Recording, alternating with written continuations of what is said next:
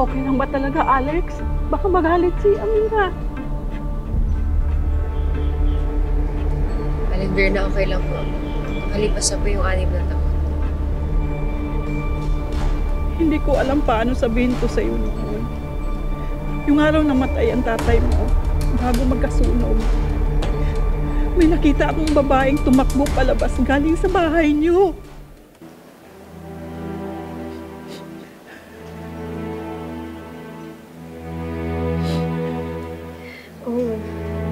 Kung makikita niyo po ba yung babae ulit, pamumukha niyo.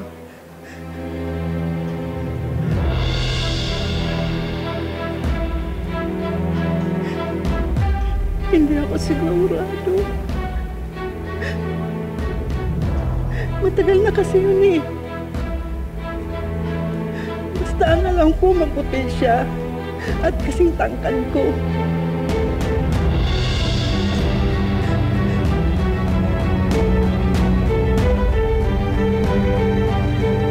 Ito ba siya?